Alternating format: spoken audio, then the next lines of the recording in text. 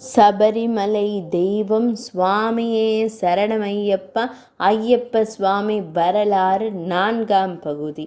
இளவரசன். அக்குழந்தையை தனது ராஜ்யத்தின் இளவரசனாகவே கருதினார் பந்தள மன்னர்.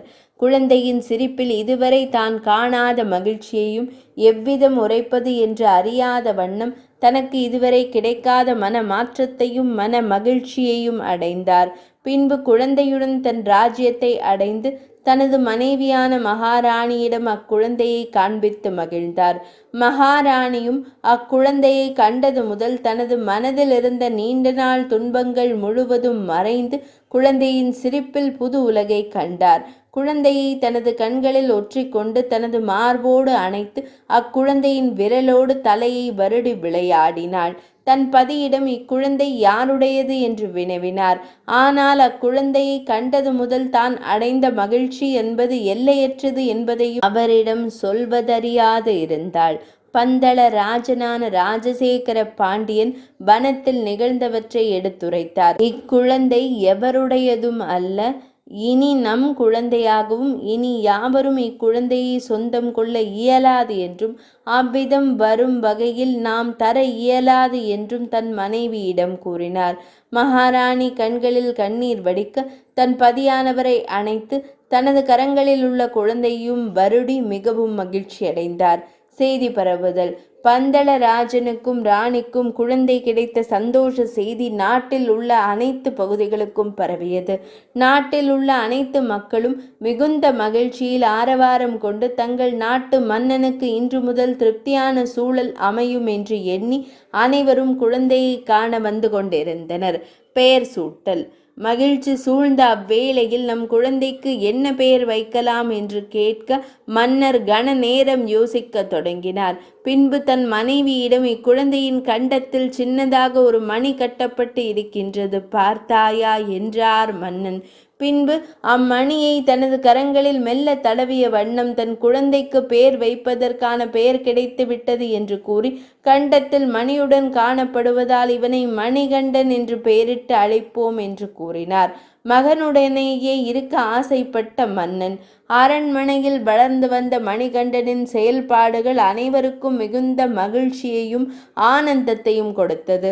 மணிகண்டனின் ஒவ்வொரு நடவடிக்கைகளிலும் மகாராணி மிகவும் மகிழ்ந்து நாள் முழுவதும் மணிகண்டன் உடனே காலத்தை கழித்து வந்தார். மணிகண்டனை காண வந்தவர்களும் மணிகண்டனின் அழகில் மயங்கி அவரை புகழ்ந்த வண்ணம் சென்று கொண்டிருந்தனர். இதை கண்ட மன்னர் தன் நீண்ட நாள் ஆசையை நிறைவேற்றிய இறைவனுக்கு மனதார நன்றியை தெரிவித்துக் கொண்டிருந்தார். அரச சபைகளிலும் மணிகண்டனை பற்றிய பேச்சுக்களும் மணிகண்டன் பற்றிய நினைவுகளுடனேயே மன்னரும் திகழ்ந்து கொண்டிருந்தார். நகர் வலம் செல்லும் பொழுதும் மணிகண்டனுடன் சென்று கொண்டிருந்தார். மணிகண்டன் வருகின்றார் என்பதை அறிந்த ஊர் மக்கள் எப்பொழுதும் விட அதிக கூட்டத்துடன் வந்து இளவரசரை கண்டு மிகவும் மகிழ்ந்து கொண்டிருந்தனர். எதிரி உருவாகுதல்.